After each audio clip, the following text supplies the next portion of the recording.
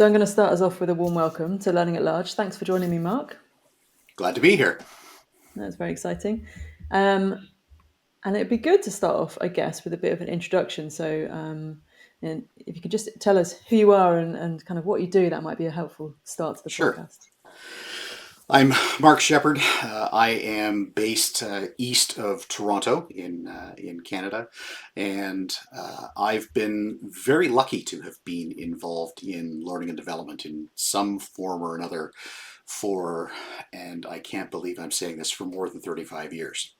Through a mix of both military training environments and almost exclusively in the corporate world since 1998. Uh, a lot of my work is focused on the design side more than, say, content development. So I think of myself as a learning architect, learning problem solver. And I've had the opportunity to work in a lot of really diverse environments, in varied environments, everything from IT to pharmaceutical, to aviation maintenance, through to consulting and professional services, and it has been a very, very interesting ride. And you're still working in L&D after 35 years by your own confession. And I'm not too far off, myself. I hear myself trying to remember which decade I need to, how many decades I need to add on. But what gets you up in the morning and still gets you excited to do the role, or that you do now?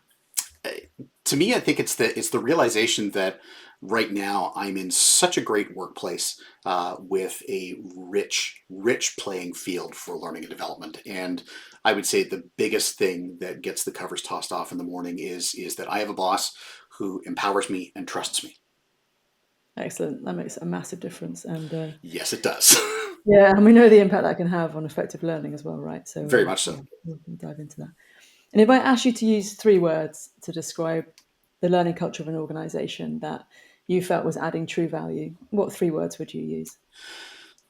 It's one that is empowered, it's trusting, and it's innovative.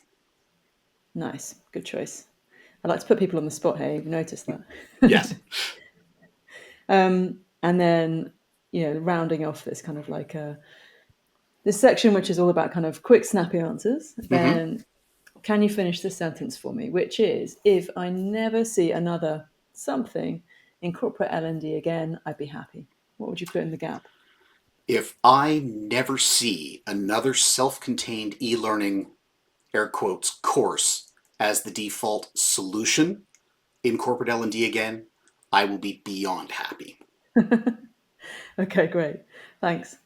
That gives us a bit of extra context into what you're passionate about as well. So we're going to talk a little bit today about the idea that, and something you've talked about, that perhaps L&D suffers from professional tunnel vision. So I'm going to ask you to kick us off with a bit of a definition for what you mean by that, and how might that show up day to day?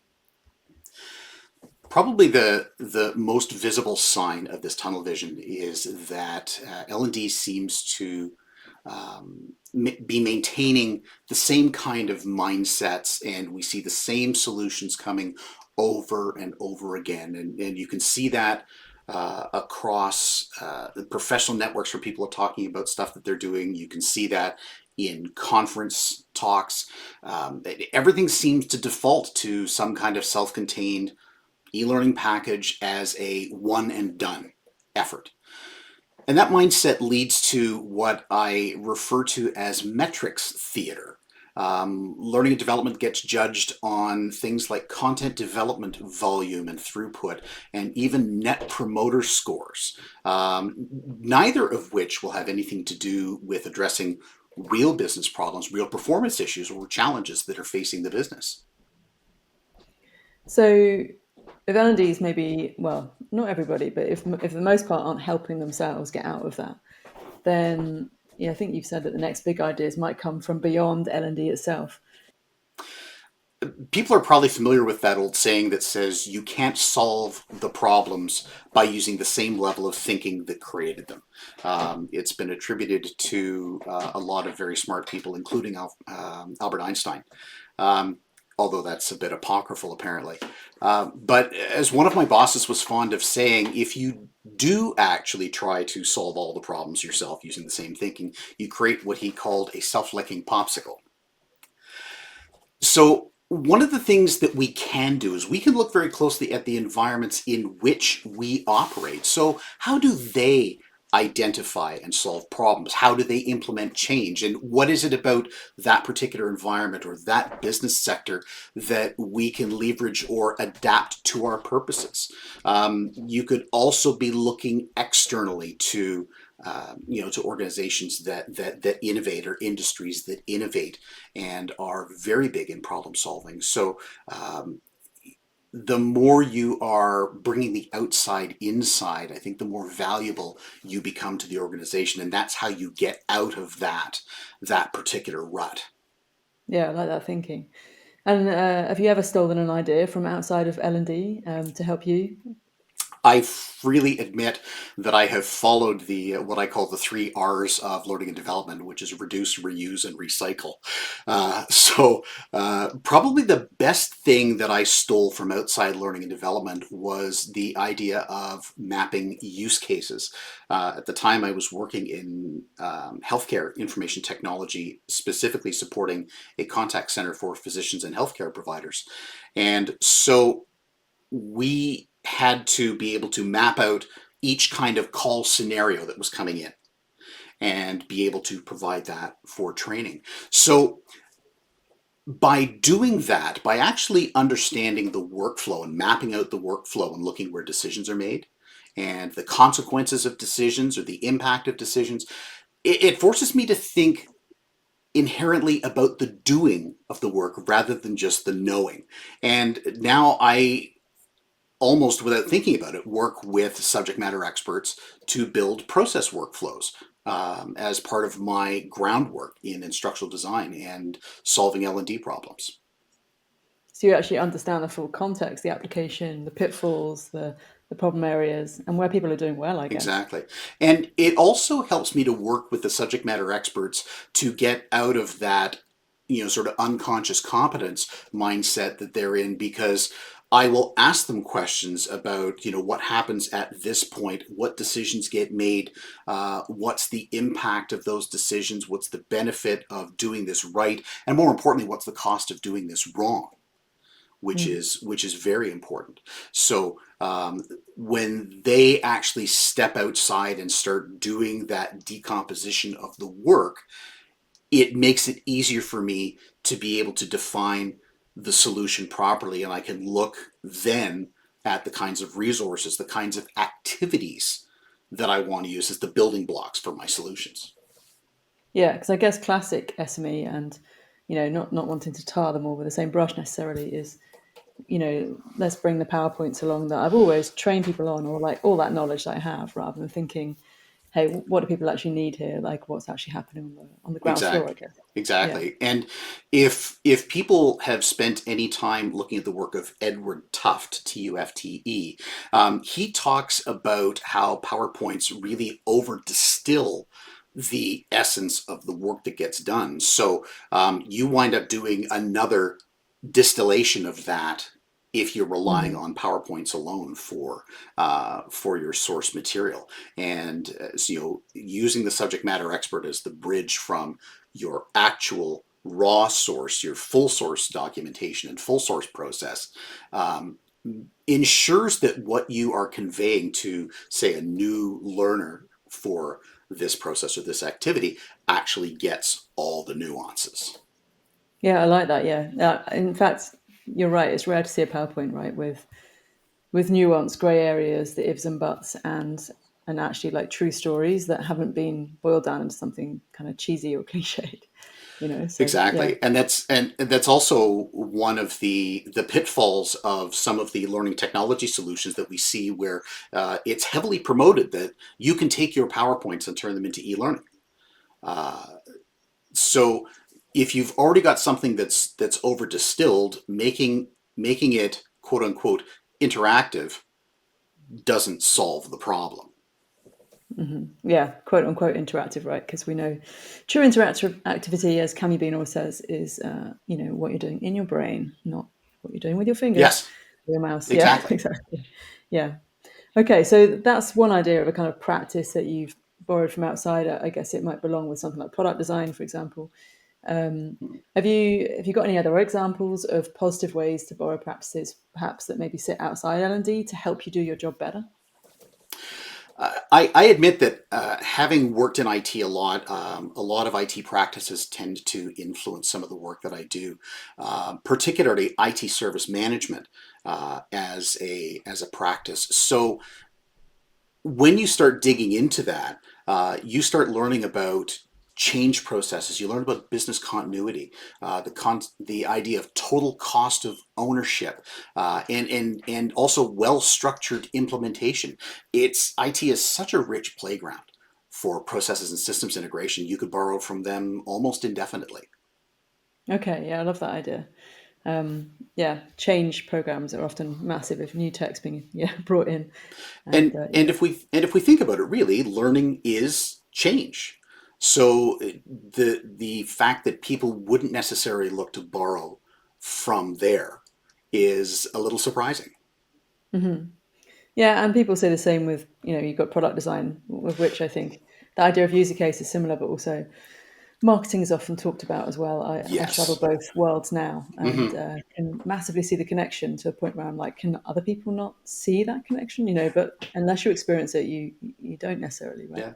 Yeah, even things like entrepreneurship and or intrapreneurship, if you want to look at it that way, or new business development is also great because then you start getting into thinking about how do I define my value proposition? What's my target audience? What problem is it that I'm really trying to solve?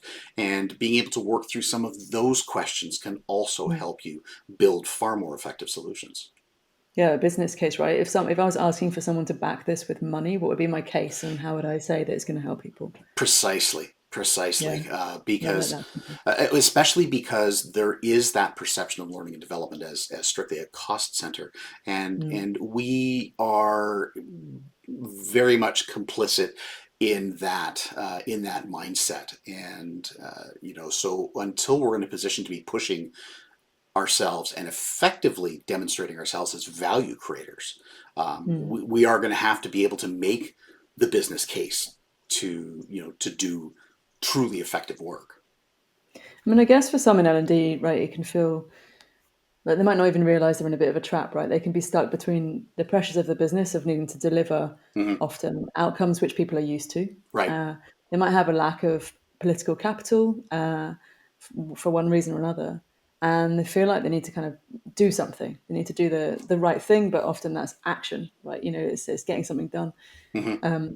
So where do you think that people can start, like L&D leaders can start to make a change without, I guess, like burning bridges or feeling overwhelmed?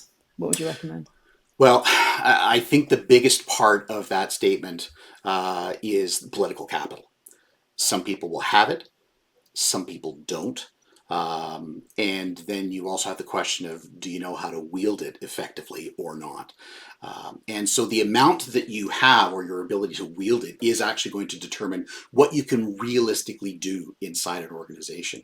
Um, and as a bit of a tangent, one of the things that I tell people is that um, as you are trying to exercise some of this political capital, you may realize that one of the things you have to start pulling together is an exit plan. Because if you're simply not going to get support for the work that you're doing, why would you continue to bang your head against that wall? But one of the first steps that I tell people in L&D, and particularly on the leader side, is to get out of the it's better to ask permission than beg forgiveness mindset. I mean, the organization hired you for a reason. There is some element of trust in there to be able to do the work. So why not go ahead and do it? So you could take an upcoming project and try to find a do the right thing change in that work and then present that. Don't ask permission, but present it as a data gathering activity to validate that as a meaningful improvement. And it's little incremental changes like that that are the first steps that shift you from order filler to value creator. Mm. And when you say do the right thing, you mean something that you really genuinely know is much more likely to add genuine value. Right. And I guess you're talking about experiments, right? So just do something under the guise, or it can be, most things should be an experiment, right? Hmm. Uh, but you can tell people you're just experimenting. Yes. Yeah, okay, but it doesn't mean you have to change 100% of everything at once, but maybe 20% or 10%. Exactly. The incremental change is going to give you some rich data, and if people, when I talk to learning leaders and the like about innovation practices and things that they could follow, well, Mm, a lean innovation process is all about, you know learn, code, do, gather information. You've got this great little cycle that you can work through, and that's a good process to follow. And that mm, do the right thing could be shifting from, say, the let's just tack on 10 multiple choice questions at the end of this thing, and let's see what you learned, to building in more meaningful scenario situations in line with the learning, and worry a lot less about score than about feedback. mm. And AI is going to open us up more to be able to do that, right? There's lots of talk at the minute about, open input questions which have been around for a long time, but the analysis of the answers has not been there until perhaps now Correct. and in the future, right? So, yeah, there's many different avenues. Yeah, that end quiz thing, like, I Yes, don't and think if, anyone's going to weep for the loss of it, you know necessarily. It has, there's sometimes a place for it, but yeah. it's true. And I mean, in the my early training days, when I was still in the Army Reserve here, and for those outside Canada, yes, Canada has one. Um, that was part of the training methodology, and I mean that sort of mindset goes back Mm, to the roots of instructional design in World War II, and that makes a very different assumption about the learner than somebody who's in a corporate mindset. For the most part, you're going to have people who are new to military training environments, and so you do have to go through that very process oriented, very systematic kind of training. But in the corporate workplace, that's not always the case. You've got varying levels of expertise that you can't always assess, or that you can't always anticipate. And so having flexibility in your solution is what really shifts the dynamic for mm. the learner, and it also gets the leaders and the designers thinking differently about what they're pulling together. Yeah, I like the idea of not having to like wholeheartedly, throw the baby out with the bathwater necessarily to kind of make your inroads. Hmm. Something that helps embed or deepen learning, which we know works much better, or get people talking about it or socially embedding it, rather than the straightforward check could be a simple first Exactly. experiment And it amongst also, lots of others. yeah, and I mean, it also lets you make a better return on the investment in time and effort from what you have done already. So you again start increasing the value of that return by making those incremental improvements, as opposed to a wholesale, we're stopping everything that we were doing before and we're now doing something different, where all of a sudden, you've got this sunk cost, you've got capital that you now are not realizing any benefit from. Hmm. And that's a hard sell for a lot of organizations, and frankly, I don't blame them. Yeah, I guess like in the context of AI, like there might be some people who are wholeheartedly ditching what they were doing before and going, but don't worry, we've got an AI chatbot, everybody, 100%. Like, this is what we're using now. And I'm not saying that's a bad thing at all. That's a great move at the right point in time for the right use case in the right way. But it's also not. It's a solo way of trying to get everybody to learn. So Exactly. yeah. So I think that for me, like I think there's a massive opportunity at the minute to what I would have called blended learning, right? Which is an old school term, but like Hmm. let's bring in that idea of mixed bag, like experimenting with different modes of learning. Yeah, have your AI chatbot as an experiment alongside other practices. Yeah, so I think I like the idea of experimenting with small sections at a time. Agreed. So you have described before, I think maybe in a LinkedIn article somewhere, about the idea of emergency visibility projects. So when L&D practitioners or leaders are under pressure, which they often are, to get results done quickly, then I think you described it as this idea that there can be a splashy initiative that can grab attention, look like it's solving the problem, but maybe it's not. So how can how can you help, I guess, give some advice that helps people move away from I haven't got time to experiment and try something new right now, or show how I could add better value. I just need to get the thing done that looks like it's working. Mm. Exactly. EVPs are another contributor to our complicity in irrelevance. And one of the triggers for somebody getting into an EVP mindset is panic. Hmm. Um, you're probably feeling some kind of pressure from above because there might be somebody who is questioning your worth or your contributions, and you might be thinking, oh boy, L&D's always on the chopping block when things get tight, so maybe I'd better do something. And as an aside, there's a little bit of research and data that's behind that perception. There were a series of studies that were done, and they indicated that about 51% of the C-suite thinks that what L&D does or what L&D produces is a waste of time. So that's a pretty sobering statistic. So what I tell people is that, before you get into the EVP mode, pause, take a breath, and think, because EVPs are such a great way to expend a lot of resources that provide superficial value, if at all. And again, it comes at the cost of missed opportunity for real problem solving.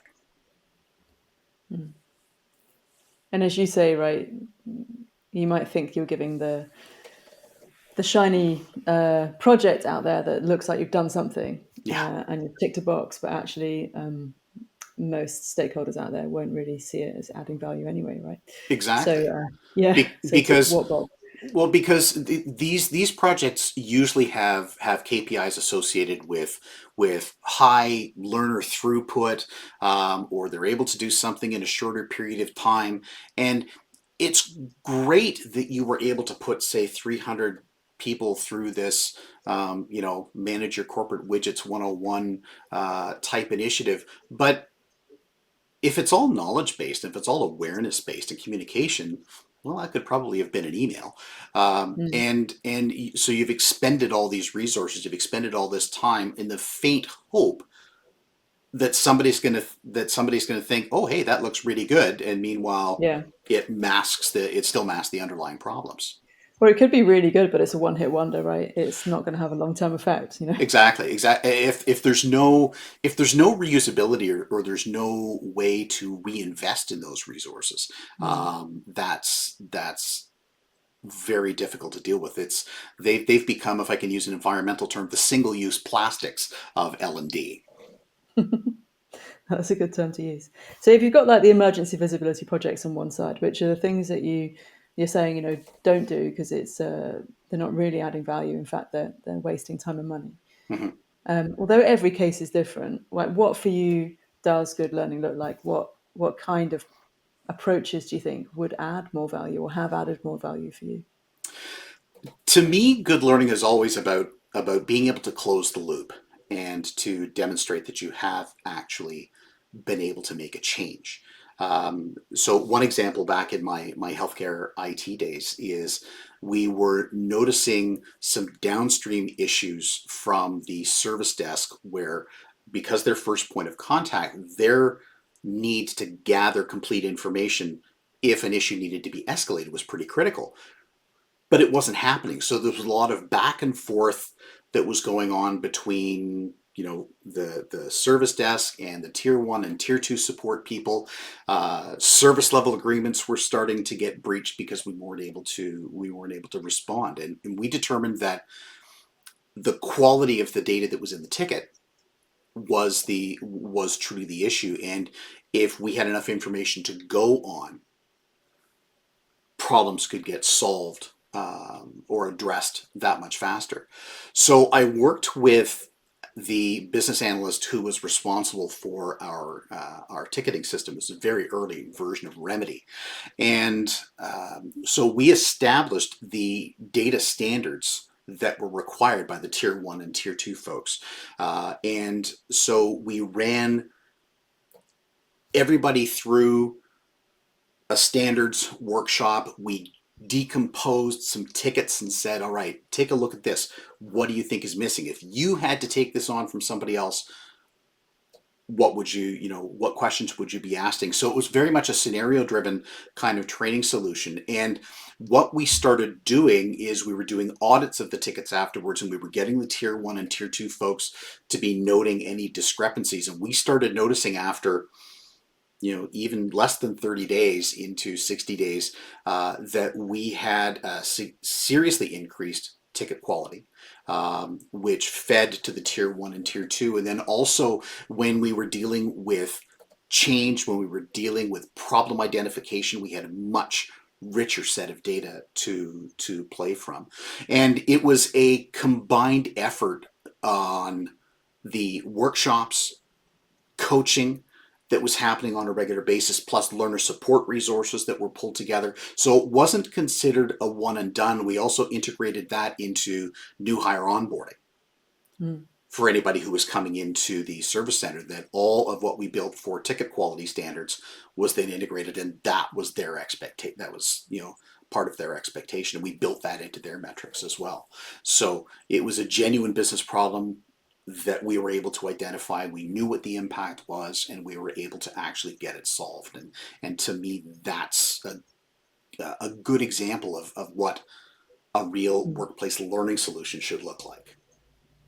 Yeah, I guess it goes back to that idea of user case or workflow mapping you mentioned earlier, right? Because you're Exactly. using real tickets, you're dissecting them with the audience in this case. So you're like, rather than working with SMEs to find the fix and say, here's the correct answer, you're actually using that as the learning process itself, Mm-hmm. using the real context. So it sounds obvious when you say that out loud, right? But the number of times that doesn't happen is, Exactly. it's quite common, yeah. And it was the tie to performance that made, and quality, that made the difference. And I think a lot of folks in the service center, because they weren't necessarily IT professionals, a lot of them were coming from call centers and they're used to working with scripts and details, and they didn't necessarily have the innate understanding. Once we started educating them or aligning them with the business impact of what they were doing, it started to make more sense for them. So it was a matter of saying, not only here's what you have to do, but here's the quality standard or the performance standard that needs to be achieved every single time you're working on a ticket. Yeah, I love that. Thank you for giving us an example to work with as well. So that's like what good looks like to you, and obviously that's in that particular case that's what worked. Mhm. I don't think you're necessarily sitting there saying always use, this combination, but you're saying like get into the real world, find out what the real problems are, right? But Exactly. what's the mindset change do you think that's needed in L&D leaders to? We mentioned some ways they might break out of that kind of tunnel vision. But like, what recommendations would you make for them to kind of proactively try and change their own mindset, if that makes sense? If I look at this objectively, I really think it's a two-part change, to be honest. First, L&D leaders need to become fierce advocates for doing meaningful work, not just content creation, but actual meaningful work. But they also need to be operating from a position of trust with those direct reports. So the advocacy end, that really encompasses everything from pushing back on work that doesn't add value or improve performance, through to ensuring the team has the time to do the work the right way. So, quality output is far better or more valuable than just meeting an arbitrary deadline. The trust factor means letting your L&D resources do the work without getting in the way. There's probably a lot of idea generation, a lot of creativity that's effectively being suppressed by this content meat grinder that they have to operate in. And when you start tapping into that and you start engaging them and looking at the problems, that is really what's going to make the difference. So they need to be looking at that mindset from those two perspectives. And of course, we know that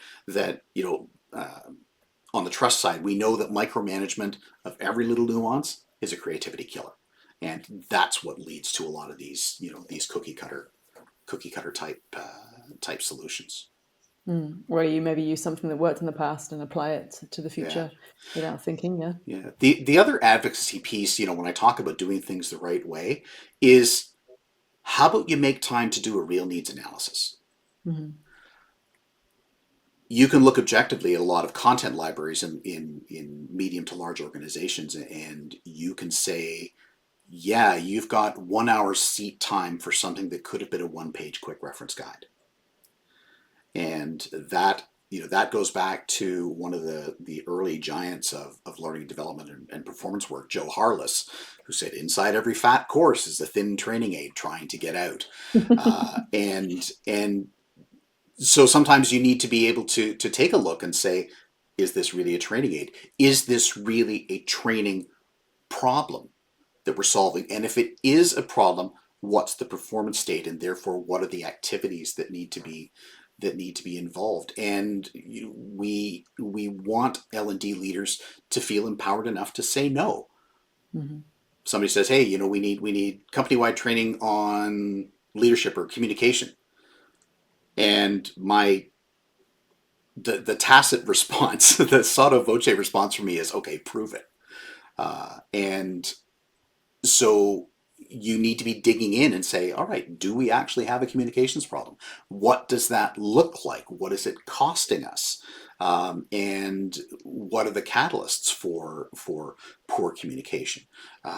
So there's a lot of times when we see training, the onus of solving training problems being pushed down to the knowledge worker, when in fact a lot of it could come down to better leadership and coaching, which means you're addressing things to the wrong audience.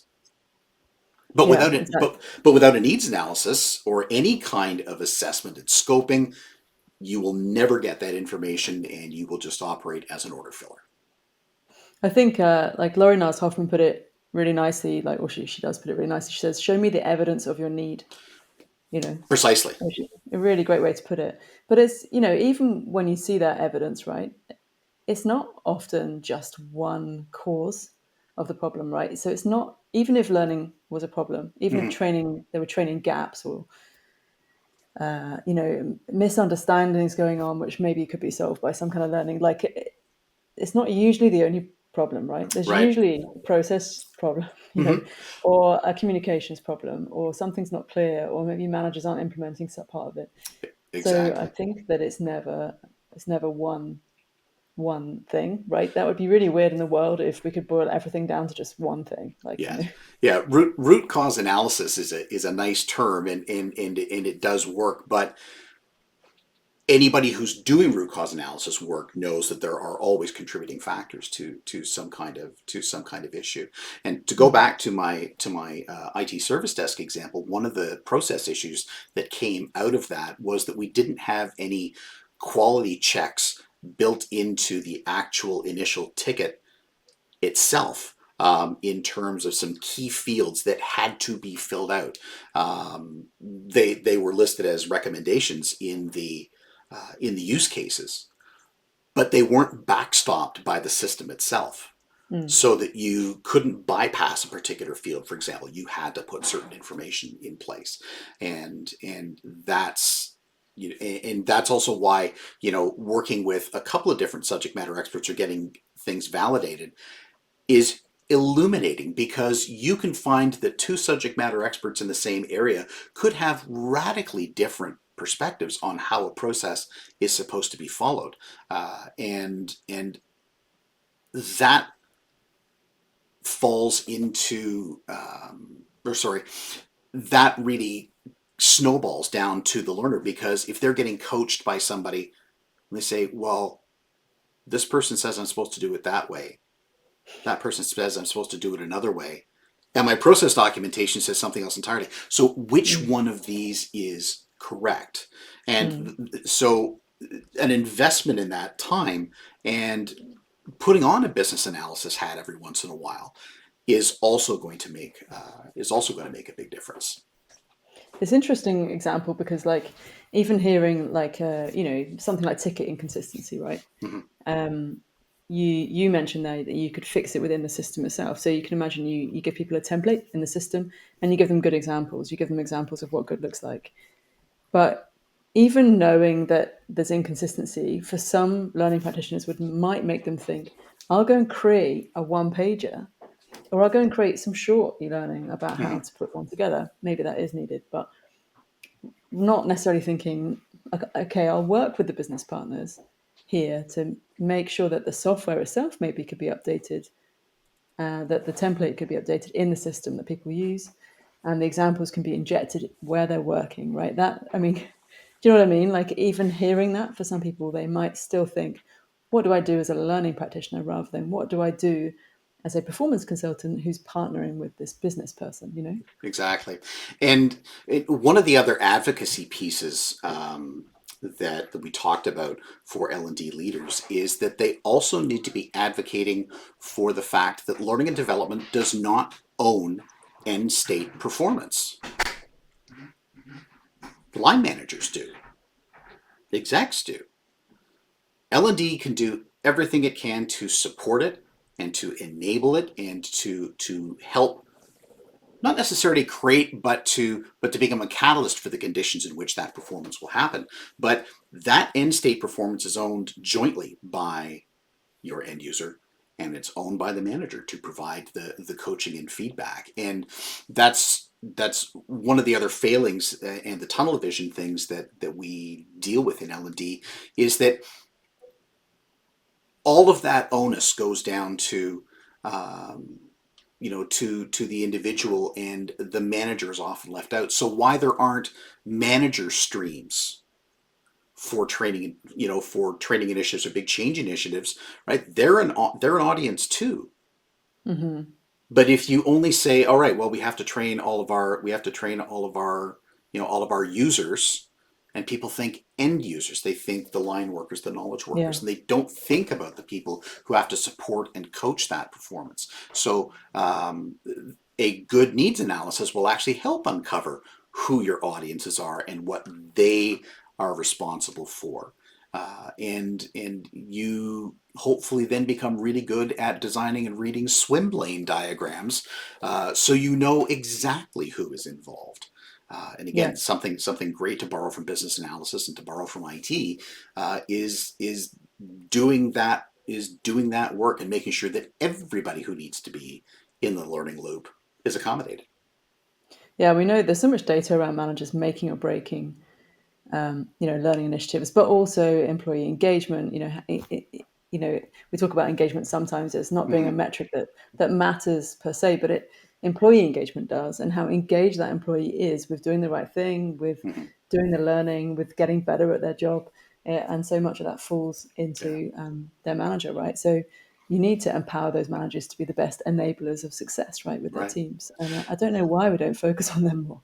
It's I think part of it, and this is wholly unsubstantiated by data. This is strictly my take, is that because there's this focus on leadership development, management development, and talking about the nuances of actually leading and managing people, they lose that operational focus. And if you've got a good leader, they need to have some kind of operational and functional understanding, because if they don't have that, then how can they actually coach and support performance. So to me, that's one of the missing pieces in leadership development is the operational end, and Mm. that's one of the great things that learning and development could focus on as a clearly identifiable gap. Yes, having good leaders is important, giving them the tools they need to lead is important, but leaving out the operational and day-to-day aspects of what operational performance support actually means, that costs the organization. One of the studies that I did see recently is that a manager can have as much influence as 60 to 70% of a knowledge worker's end state performance, and how they're engaged with their job, how they're doing with their job, and how much they enjoy their job.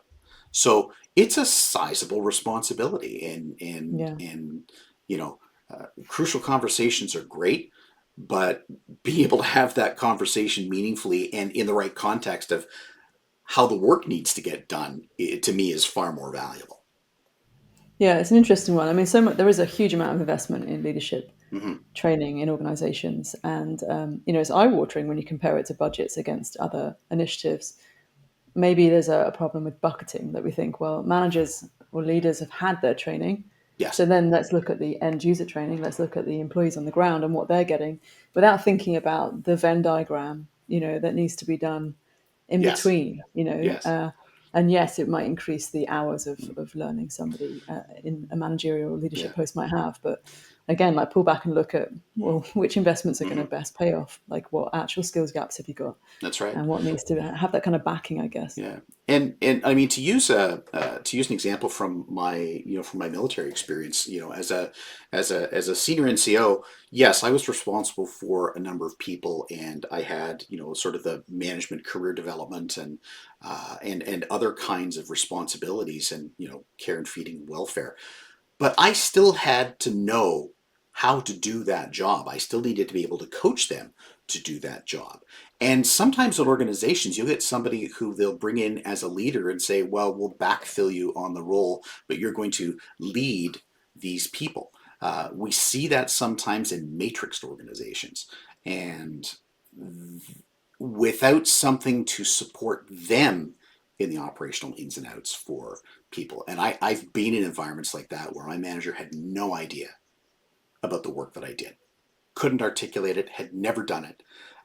And that's a very frustrating place to be. So if you think about it, you think about a parallel from what the military does, to what businesses are doing. And yes, as you get higher up, yes, your distance from day-to-day operations is going to change, but your focus also changes. So it becomes less important that, say, the chief of defense staff is able to coach marksmanship on a basic training course, but you had better be sure that their corporals and their sergeants are actually able to do it. Yeah, I guess like I mean, we could have a whole separate conversation about how far do we get to go with Yes. the manager role and in training. Yeah, but in theory, we can coach people on areas that we don't know much about, but it's about having awareness, isn't it? So it's about knowing enough to be able to effectively coach somebody, Yes. um, and whether you are the person that's doing the operational training or whether you're the person that's, I guess, coaching as a kind of like a, Hmm. purist coaching would be like, is, asking questions, never giving the answers, etc. Yes. Yeah, but yeah, we could probably dive into that in a separate podcast. But yeah, interesting thinking. I like it. Um, so I wondered if I could pull you out of where we are for now and get you to think about the future of workplace learning. And obviously, there's, I don't know when we've ever said that there's not change, but there's definitely very fast change happening at the moment in the industry. Hmm. So if you can imagine even 5 years from now, what do you think might be different in workplace learning?